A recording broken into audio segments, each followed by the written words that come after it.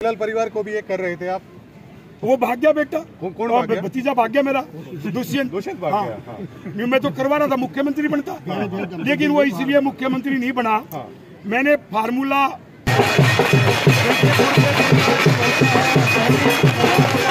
देखने वाले सारे दर्शकों ने मिट्टू को बना राम राम भाई हाल फिलहाल मौजूद हम जज्जर में, और आप मेरे पीछे देख लो काफिला ट्रैक्टर आ भाई, और ये सारे ट्रैक्टर भाई डीसी ऑफिस में जज्जर डीसी ऑफिस में जा। और आपने बेरा होगा कि इससे पहले आपने वीडियो देखी होगी कि रमेश दलाल के ऊपर हमने वीडियो बनाई थी, जो कि आंदोलन चल रहा है भूमि बचाओ भाई, जो कि मुआवजा बढ़ाया जा रहा है, जो KMP के सारा जो जमीन जा उसका मुआवजा बढ़ाया जा रहा है। और सारे जितने हमारे बड़े बुजुर्ग ट्रैक्टर लेकर आज डीसी ऑफिस का घेराव करेंगे।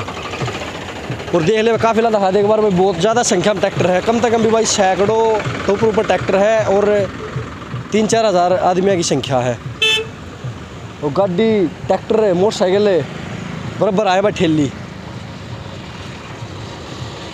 और डीसी ऑफिस में जाने लग रहे भाई। और देखते हैं आज भाई क्या आश्वासन मिल लगा डीसी ऑफिस तक, सरकार अपना क्या फैसला लेगी आज। वो तो आज मेरा पार्टी जाए डीसी ऑफिस में जा, इससे पहले भी एक बार डीसी ऑफिस में गए थे, उसमें आश्वासन दिया गया था आगे इस पर कोई कार्रवाई होगी या काट दे दिया। और हमारे यहाँ कब्जा करता है, 500 साल हमने गुलामी झेली, तो हम अलग अलग पिटेंगे, जातियों के नाम पटेंगे, तो फिर लेकिन 25 तारीख फिक्स होगी। हाँ, 56वीं लड़ाई होगी जो ये आप जीतेंगे। बिल्कुल 56वीं। हाँ। और अभी तो आप देख रहे हो मैं 60 साल का हुआ हूँ। हाँ। और हमारे यहाँ तो योद्धाओं की उम्र 100 साल होती है। आपका गला नहीं बैठता, आप थकते नहीं है, इसके पीछे का क्या क्या राज है? आपने देखा कोई माइक नहीं है। हाँ। इसका राज बताता हूँ कि मैं रात को जाके एक तो मेसी रेट्टू खाता हूँ। हाँ। चटनी के साथ। हाँ। गुड़ की डली और दूध। हाँ। सुबह तक गला साफ। हाँ। क्योंकि हमारे बुजुर्गों ने यही सिखाया, जब रप्पी का काम करते थे, तूड़ा ढोते थे, तो वे कहते बेटा गुड़ खा ले, दूध पी ले। इतना संघर्ष करके आपको क्या मिलता है सर? इतना संघर्ष करके क्या मिलता है?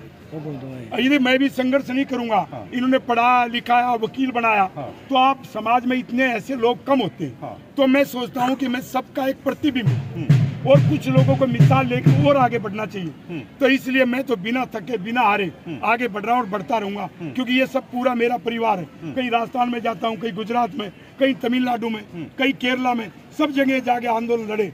तो पूरा देश मेरा है, और मैं किसानों का बेटा हूँ, तो किसानों के लिए तो मेरी विशेष हमदर्दी और मेरी एक भावना है कि मैं उनकी सेवा करते करते इस जीवन से अलविदा कहूँ। डीसी साहब ने ये नहीं कहा दलाल साहब इतना शोर शराबा, इतना धुड़का गुड़का, ये तो बहुत कम है। आज भी कुछ बोला? ये तो बहुत कम है। हाँ। जैसे वो उन्होंने कहा था थाली के ऊपर। हाँ। वो बोले कि ये आवाज तो ऐसी गूंज रही है जो कभी आप तैमूर लंग का जो हवाला देते उसके टाइम पे इतना शोर नहीं मचा होगा, जिसमें 40,000 महिला थी पहली बार। तो ये तो एक ऐसी लड़ाई आप देख लेना। कल मैं दैया खाप को इकट्ठा करने के लिए जा रहा हूँ, क्योंकि हमारी खापों में बिखराव आ गया, तो प्रधान बन गए। हाँ। और दैया खाप बहुत शक्तिशाली खाप है। हाँ। 29 खाप। हाँ। जिसमें एलावत, हुड्डा, गुड़िया, फोगाट, सांगवान, मैम चौबीसी, ये सब सहयोगी खाप है दैया खाप की। उसके बाद मलिक खाप, दलाल खाप की 117 खाप सहयोगी है। हाँ। इन सबको एक करूंगा ना, क्योंकि हमने रहना ही। एक बार देवीलाल परिवार को भी ये कर रहे थे आप? वो भाग गया बेटा। कौन भाग गया? भतीजा भाग गया मेरा, दुष्यंत भाग गया। हाँ। मैं तो करवा रहा था, मुख्यमंत्री बनता, लेकिन वो इसलिए मुख्यमंत्री नहीं बना। मैंने फार्मूला सहमत हो गए थे, मायावती ने मेरी बात मान के समझौता तोड़ा। हाँ। ताकि इन पर दबाव बढ़े। हाँ। तो 30-30 का फार्मूला था। हाँ। 30 पर लड़ेगा अजय का परिवार। हाँ। दुष्यंत, और 30 पे अभय का परिवार। और 30 पे मायावती और मुख्यमंत्री दुष्यंत। हाँ। ये तय हो गया था। वो बोला मुझे मुख्यमंत्री नहीं बनना, मैं तो डिप्टी बनना चाहता हूँ, तो मैं क्या करूँ?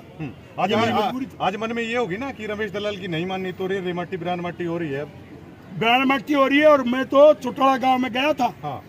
बादल साहब को भी लार चौटाला गांव में कह के आया था। हाँ। कि इतिहास माफ नहीं करेगा कि जो हमारा मुख्यमंत्री बनता था वो बेटा, वो हमारा भतीजा। दलाल साहब देखिए, आप ना वो आज उप मुख्यमंत्री है सर। आप बेहद टैलेंटेड और बेहद कलाकार आदमी हैं। आप जो मुद्दे लिए आते हैं ना, शायद किसी के बस की नहीं होगा, लेकिन ऐसे आदमी को ना ये तमाम पार्टी ये सोचती है अगर ये विधानसभा में पहुंच गया ना, फिर बैंड बजा देगा। मतलब सड़कों तक ही रखो। लेकिन आप पे क्षमता इतनी है, शायद वो बड़े बड़े नेता मिनिस्टर नहीं कर पाते, वो रमेश दलाल कर लेते। थोड़ा सा ढील दीजिए ना, एक बार चंडीगढ़ चले जाइए एक बार ना। मेरी बात सुनो, चंडीगढ़ में तो बहुत सारे लोग चले जाते हैं, लोकसभा में चले जाते हैं, लेकिन जन नेता बनने का सौभाग्य और लोगों की सेवा करने का सौभाग्य कम लोगों को मिलता है। कल उत्तर प्रदेश के लोगों ने मुझे बुलाया था। ठीक है।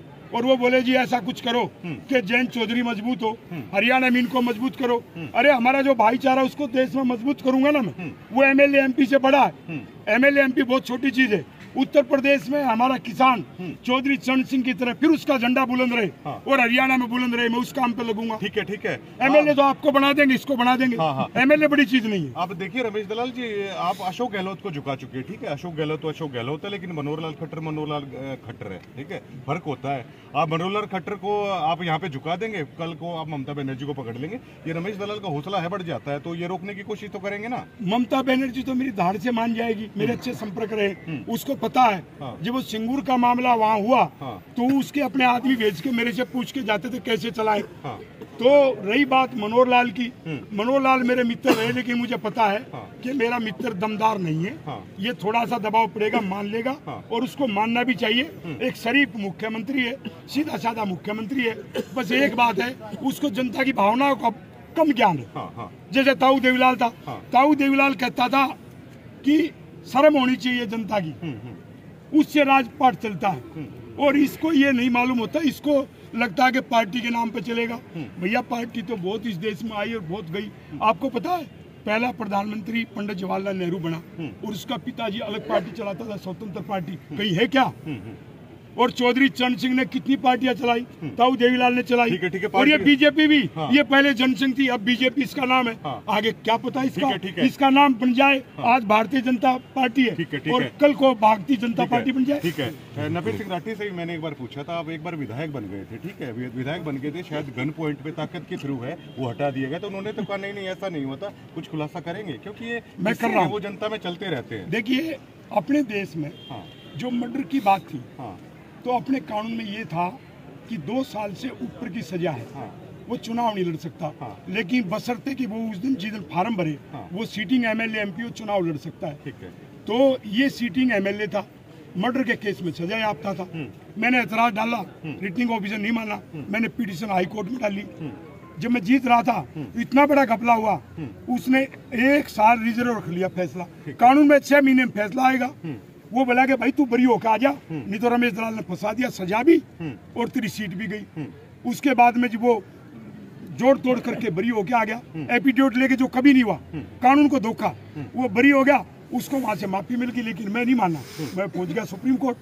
5 जज बैठे, संविधान पीठ जिसको बोलते, और देश में पहली बार मैंने कानून बनवाया।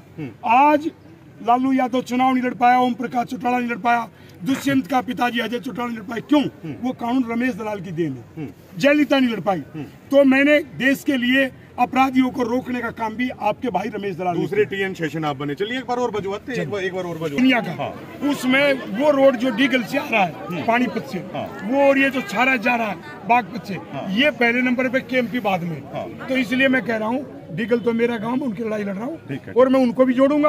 अभी जल्दी मैं आने वाला हूँ, और मैं उनका कहूंगा कि भाई ये रोड जा रहा है, ये सबूत है। ठीक है, बजवा दीजिए। चलिए अब एक बार अपना